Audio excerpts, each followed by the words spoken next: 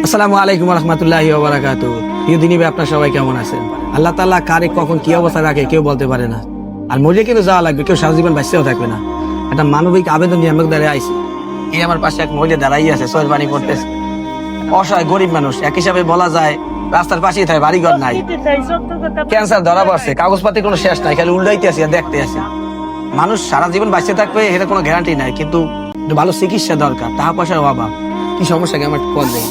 খাদ্য নারীতে cancer spot পড়ছে। আমার একটা পোলাও নাই যে আমার কেউ দেখবে। আমার একটা দুইটা মাইয়া পরের বাড়ি থাই খাটে পড়ে খাইলো। আমার স্বামীজি বদলা দিয়ে কোনো রকমে খাই। আমার দুনিয়া থিও নাই, আমার সারা দাম মেরা সারা আমার দুনিয়া থিও নেই। আল্লাহ আছে।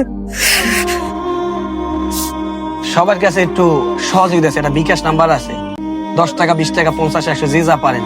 এই পৃথিবীতে এমন মানুষ আছে দৈনিক 2-1000 রোগীর চিকিৎসা বিনা টাকায় করতে হয়, আল্লাহ তাআলা দেশে, কিন্তু কেউ টাকা পয়সা কয়জন লই যাইতে পারবে না। এই মহিলার চোখের পানি দেখে আমাদের হৃদয়টা গলে না। টাকা পয়সা করবেন কি ভাই? একটু সহযোগিতা হাত বাড়ায়। আম্মের হাত বাড়ানোর কারণে হয়তো এই মহিলা সুস্থ হয়ে যাইতে পারে।